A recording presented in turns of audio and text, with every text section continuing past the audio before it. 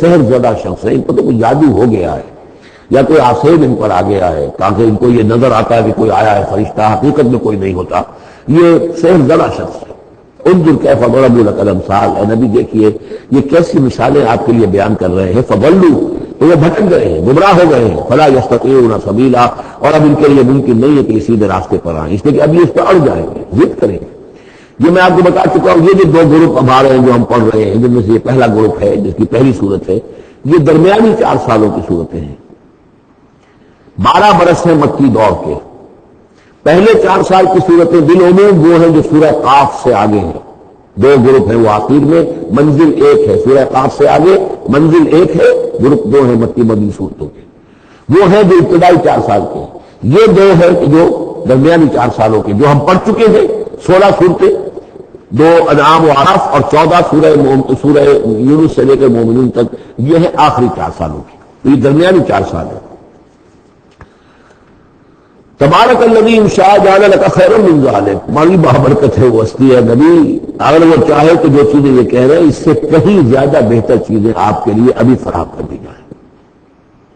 یہ تو بڑا زور لگا لگا کر کچھ چیزیں کہہ رہے ہیں، ہم ان سے کہیں زیادہ بہتر چیزیں آنے واحد میں آپ کے لیے پیدا کر سکتے ہیں۔ تبارک الذی ان شاء جعل لک خیرا من ذلک جنات تجری من تحتها الانہار، ایسے باغات، ایک باغ نہیں باغات کے سلسلے پیدا کر دیں جن کے نیچے نہریں بہتی ہوں گی، وَيَجْعَلْ لَكَ قُصُورًا، اور آپ کے لیے ایک نہیں کئی قصر، کئی محل ہم تعبیر فرما دیں۔ لیکن یہ کہ بل کذبوا بالساعۃ، اصل میں یہ انکاری ہے آخرت کے، یہ انکاری ہے قیامت کے، یہ انکاری ہے بعث بعد الموت کے۔ وَأَعْتَدْنَا لِمَنْ كَذَّبَ بِالسَّاعَةِ سَعِيرًا، اور جنہوں نے قیامت کا انکار کیا ہے، بعث بعد الموت کا انکار کیا، ان کے لیے ہم نے ایک جہنم کا، آگ کا عذاب تیار کر رکھا ہے۔ اذا رأتهم من مکان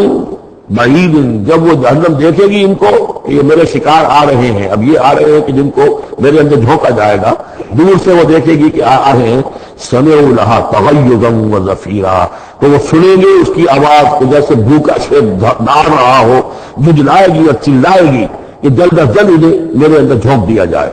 وَإِذَا أُلْقُوا مِنْهَا مَكَانًا ضَيِّقًا، اور جب وہ پھینک دیے جائیں گے اس میں ایک بڑے تنگ مکان میں، تنگ جگہ میں، مقربین، اور وہ زنجیروں میں جکڑے ہوئے ہوں گے، دعوا هُنَالِكَ ثُبُورًا، اس وقت پھر وہ موت کی دعا کریں گے، ہائے موت آ جائے کسی طرح، ہم نسیہ منسیہ کر دیے جائیں، ہمارا یہ زندگی کا سلسلہ جو ہے شعور ختم ہو جائے۔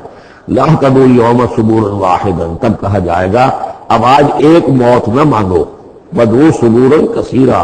بہت سی موتیں مانگو، اب موت آئے گی نہیں، مانگتے رہو موت، لیکن یہ ہے کہ اب تمہاری یہ زندگی جو ہے تاکہ تمہیں یہ جلن مسلسل رہے، یہ عذاب جو ہے اس کی تخفیف میں، اس کے اندر کوئی شدت میں تخفیف نہ ہو، لہذا موت آ کے تمہیں چھٹکارا نہیں دلائے گی۔ قُلْ ذَاكَ خَيْرٌ أَمْ جَنَّةُ الْخُلْدِ الَّتِي وُعِدَ الْمُتَّقُونَ، کہیے کہ کیا یہ انجام بہتر ہے یا وہ باغ، وہ جنت، رہنے کی جنت جس کا وعدہ کیا گیا ہے متقی بندوں سے، کانت لہم جزاء و مصیرا، اور وہ ان کے لیے ہوگی بدلہ اور ان کے لوٹ جانے کی جگہ، لہم فیہا ما یشاؤون خالدین، ان لوگوں کے ہوگا کے لیے وہاں ہر وہ شے ہوگی جو وہ چاہیں گے اور وہ رہیں گے ہمیشہ ہمیشہ، کان علی ربک وعدا مسئولا، اور یہ جو وعدہ ہے تیرے رب کا جس کے لیے وہ ذمہ دار ہے۔ اب یاد کیجئے وہ دعا جو سورہ آل عمران کے آخر میں آئی تھی،